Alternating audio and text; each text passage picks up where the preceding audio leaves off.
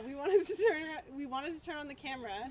There's so many sounds going on right now, but so we're gonna go for it. So, just what does it mean to be a female right now?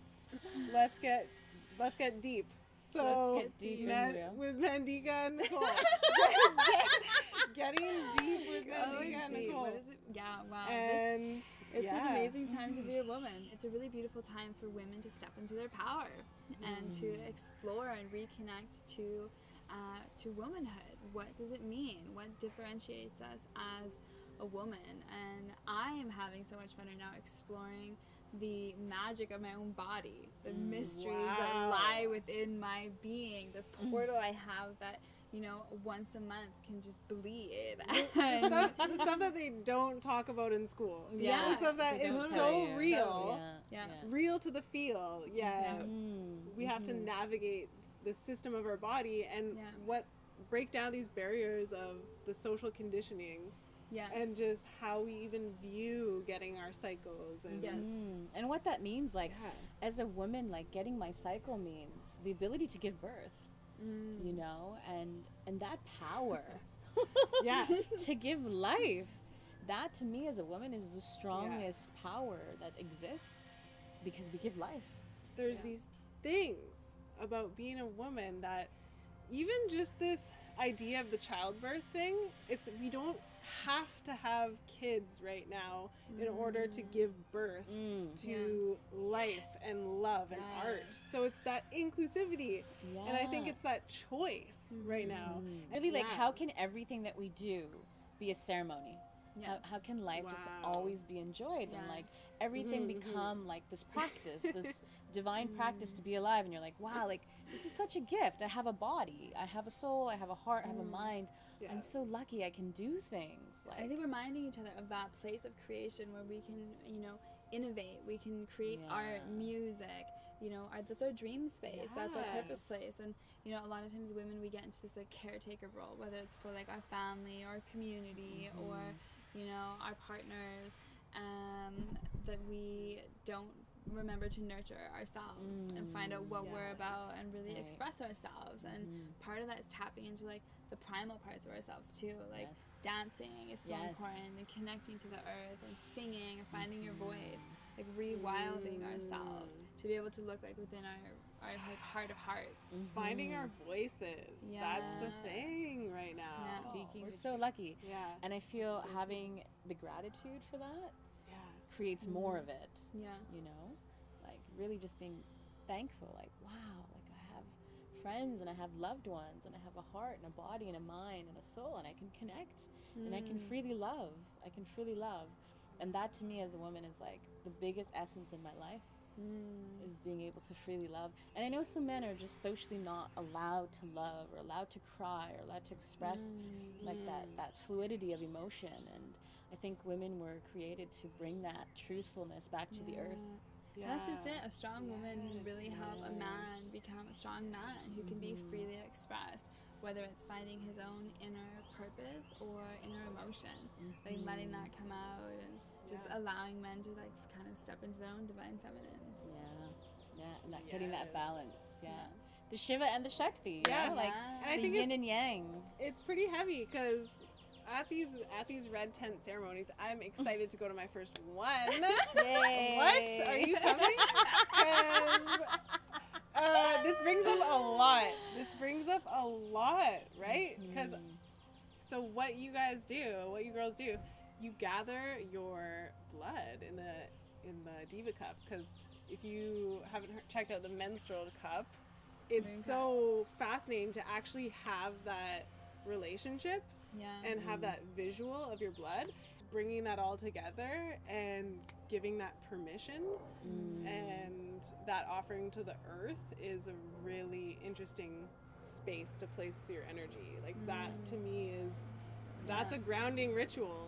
The like indigenous understandings of the moon cycle for a woman is our time to connect to the earth, straight to the earth. And it was a woman that gave the first pipe to man in ceremony so he could smoke and connect to spirit in that way.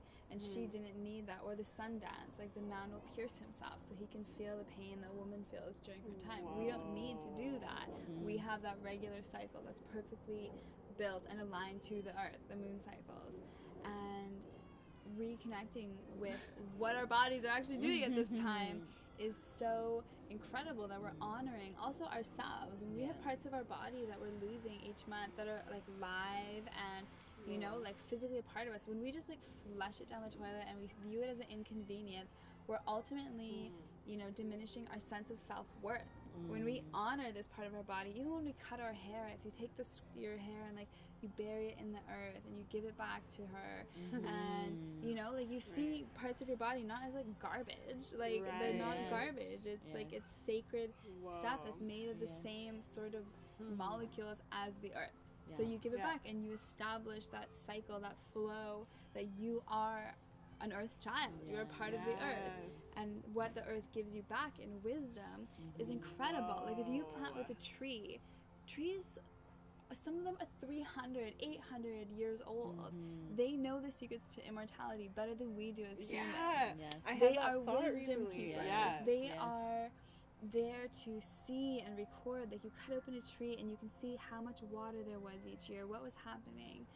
Trees are incredible. And when you know, open up that ability to connect, and women can do this so beautifully, and when we can do that and share it with our men of like the information we've been given by the planet so they can better understand the planet, we all can walk a little gentler on the earth and be more united. And this is information that needs to be shared. So that's the point of these rituals. It's not just like, oh, let's come together, but it's like, this is stuff we need to all know. It's not just like, and be honoring, you know, because the intention with it is to balance all the male blood that's been shed through warfare, right? And that frequency that's been so deeply embedded into our earth, our mother, she's holding us, and we're walking on her, we're feeling everything that she feels, right? We share the same pulse as the universe, so, and the earth, right? So if she's cleansing and purifying, so are we.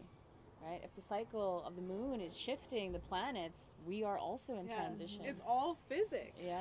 And even just burying your DNA in the earth, that thing is still has a life cycle of its own through its own death process. That is physically there, and infinitely through entrainment, which is like we can connect telepathically, and I think that's what trees have. That was our honestly, that was our first language. How do you think before words, before symbols, how did we interact? Just as everything else does. The trees, the hugging, energy, right? Like we're called tree huggers in essence, but really it's because you're so in tune with the earth, and you're like, Mother, please, I love you, and you just want to be in that moment. There's so much strength, so much heart opening that comes and grounding, and you feel strong. We're talking about hugging trees. Hugging trees, specifically. Tree hugging. Like, this is not just a thing We're or not a messing trend. around as hippies here of the modern just age. Earth hugging, even. Earth like, hugging. You know, feeling the earth as you have your feet on it, or laying in the grass, and or taking clay and rubbing it on your skin, and taking mud baths. You know, going out in nature and being wild and free. And this is also why we come together, so that we can do these moon planting ceremonies and dance around the fire naked. You know, and howl. You know? Wow. Okay, we're not. Okay, right? We're not always like, you know, it's not good every to time. we can be, you know, and it should be celebrated. You know, a baby comes out of the womb fully naked, free, wow. Free spirits of the like modern age, untainted, like, and unapologetic. Wow. You know, I think so. That's like reclaiming the parts of ourselves that as women have been perverted. You know, like some of our, you know, our body parts, or our sexuality, or our sensuality, and you know, reclaiming that they're powerful and there's nothing wrong about them. They're not dirty or shameful. Let's release that ancestral shame. It's not serving anybody. They're even looking down at us saying, did y'all figure all that up down there? Like, we're gonna send you reinforcements. Like, can we all just collectively cut these cords infinitely now? We're on board.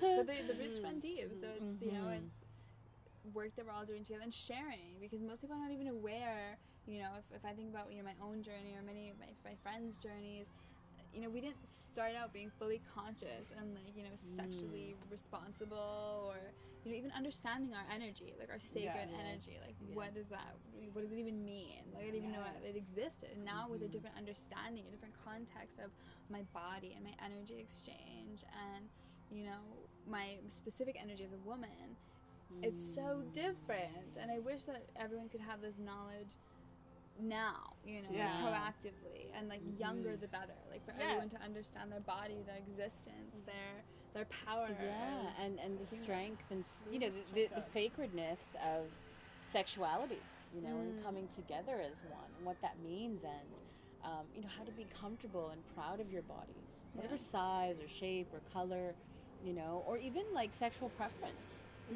What that means, you know, that it's not gender related, it's an energy, it's like a connection to another soul. You know, but that really coming from like connecting within your own soul and your own masculine and feminine within you, right? And getting that like yin and yang balance of life. And these are all just concepts that we want to provide a full spectrum of concepts.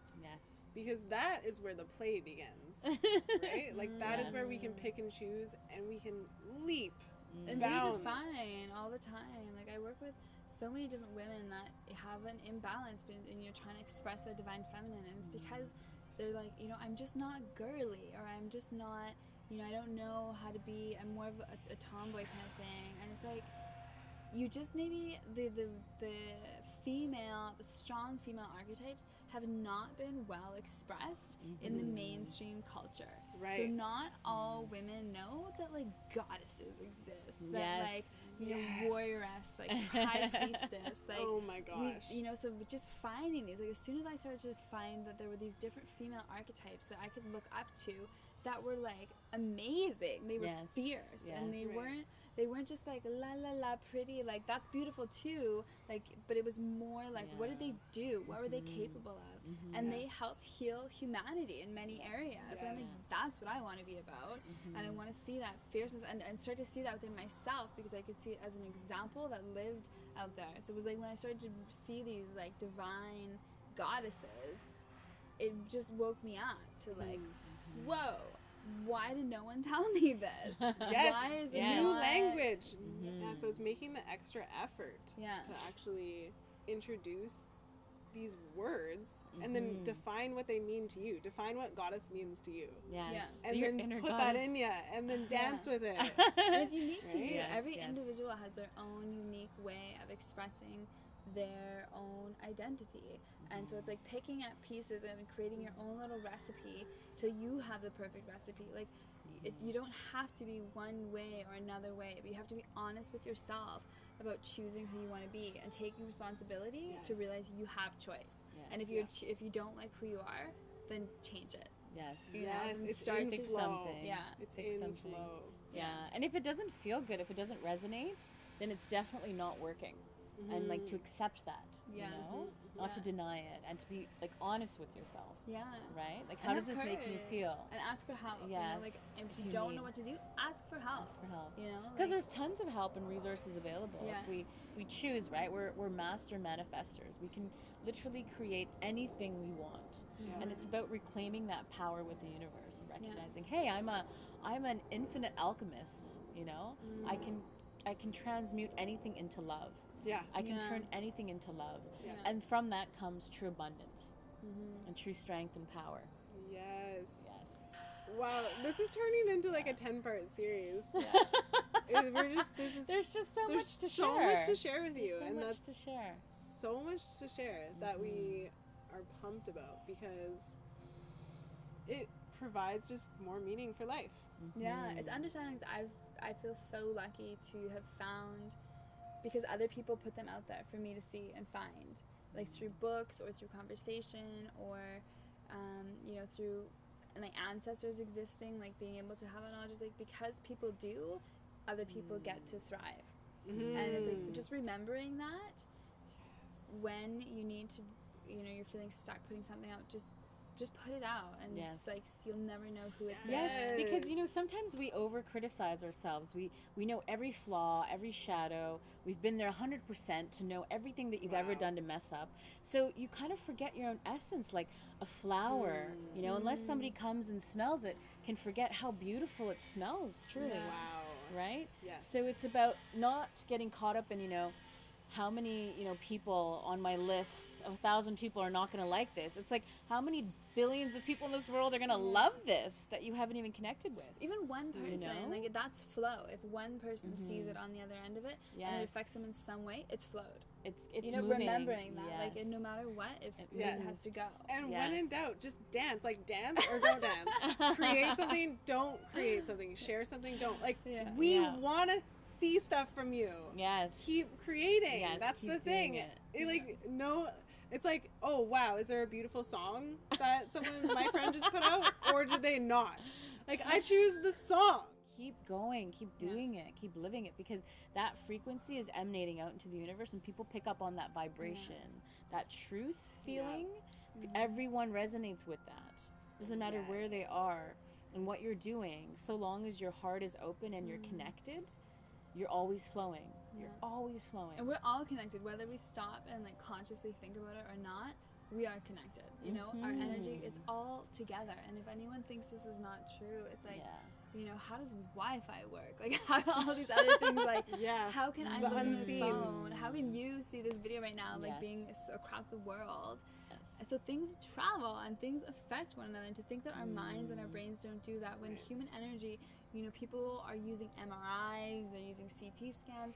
We've been able to like put energy into machines and trust how we use them. Yeah. But we don't trust our own human energy and our own like thought potential, what comes out of us. Yeah. And how we're, we haven't figured out the language for it yet. Like we know how to mathematically map out visuals, but when it comes to sound, then that's a whole other thing, and we don't really put as much merit on vibration, sound, physics, all of these quantum information's mechanics. There. When you start to look, it's so things, there, but it just hasn't been widely accepted in terms of healing practices, or we've been so brainwashed to think that like Western medicine is the way, or someone saw someone else do something, so they're like, that's the way. Like, I go to the doctor, like doctors have, and it's like, how did the doctor learn that information? Like, and we forget to free think, to unplug from the TV or the computer and just stop and say, what are my thoughts?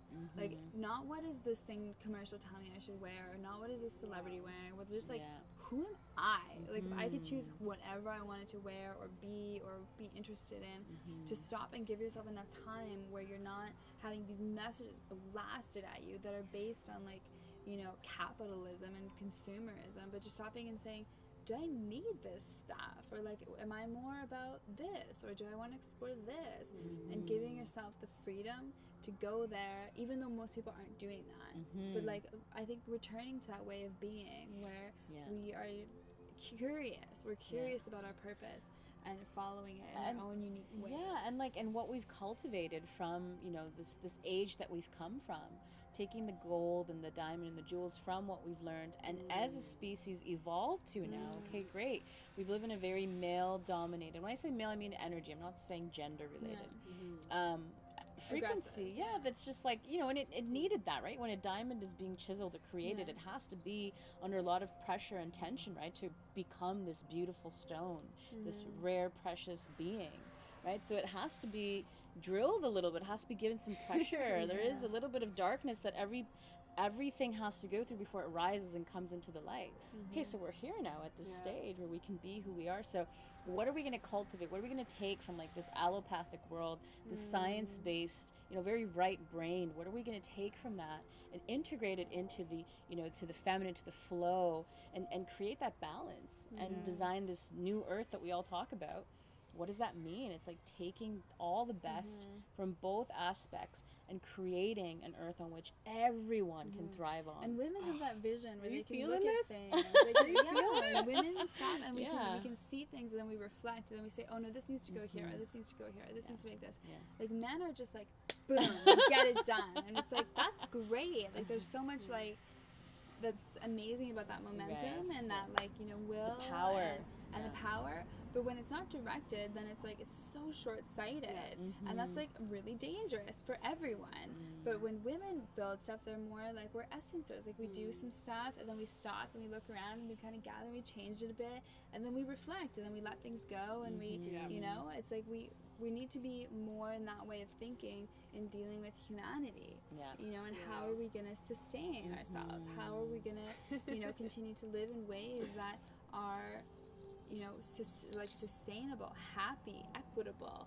How are we going to fix some of these areas that, you know, based on the more like man way, have created a lot of problems for people? Right. And how are we going to switch that power to empowerment?